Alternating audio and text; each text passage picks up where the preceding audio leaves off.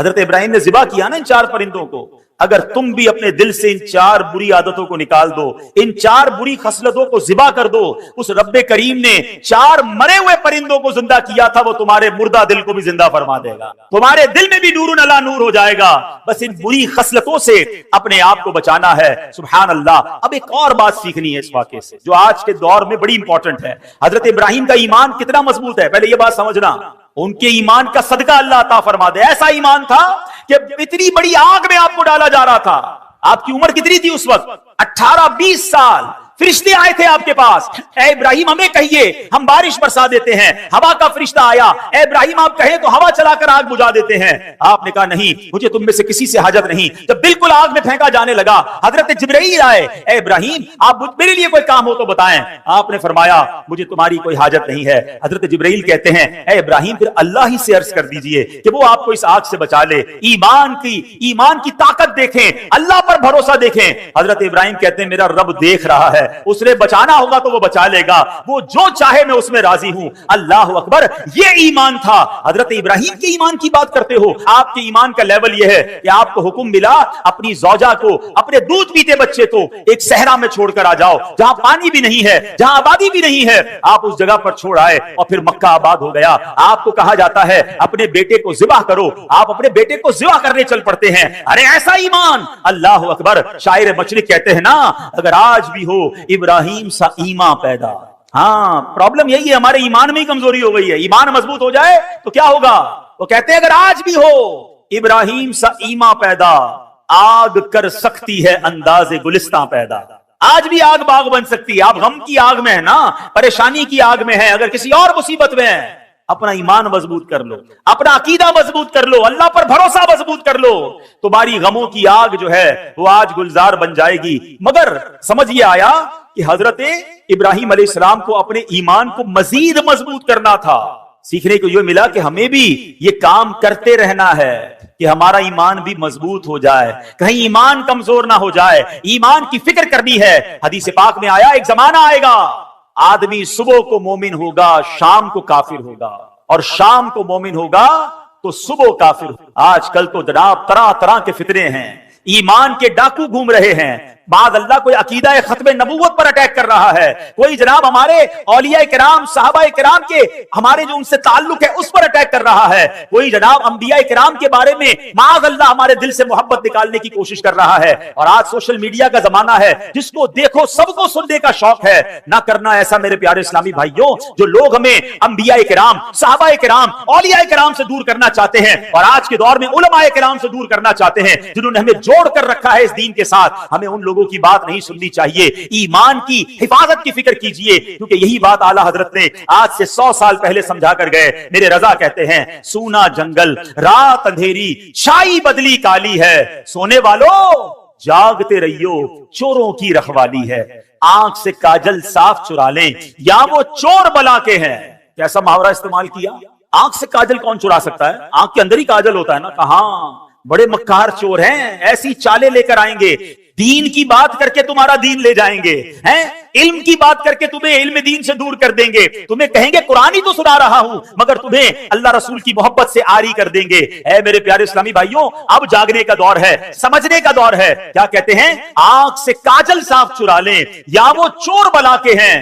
تیری گٹھڑی تاکی ہے اور تو نے نیند نکالی ہے. ارے تیرا ایمان چھیننے آئے ہیں اور تو اب غافل ہو گیا ہے. اے میرے پیارے اسلامی بھائیوں, حضرت ابراہیم کا یہ واقعہ بتا رہا ہے کہ ایمان کو اسٹرینتھن کرنے کے لیے, ایمان کو مزید مضبوط کرنے کے لیے ہمیں سوچنا ہوگا. پہلے کے دور میں فتنے کم تھے مگر ایمان بچانے کی لوگوں کو فکر زیادہ تھی. آج کے دور میں فتنے زیادہ ہیں, ایمان کے لٹ جانے کا جناب سبب زیادہ ہو گئے, مگر لوگ ایمان کی حفاظت کی فکر نہیں کرتے. آپ مجھے ایک بات بتائیں, اگر ہمارے پاس کوئی قیمتی چیز ہو, اس کی حفاظت کی کتنا سوچتے ہیں؟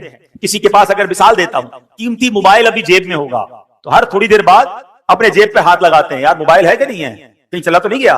کوئی موٹر سائیکل قیمتی باہر کھڑی کر کے آیا ہوگا یا گاڑی, اس کا دھیان بار بار جاتا ہوگا, یار لاک صحیح لگایا تو نہیں لگایا تھا, کیونکہ قیمتی ہے. سونا ہو, پیسے ہوں اور تالے کے اندر گھر میں یا بینک میں رکھواتے ہیں. مجھے بتائیں ہم سب کے پاس سب سے زیادہ قیمتی چیز کیا ہے؟ بتائیے نا.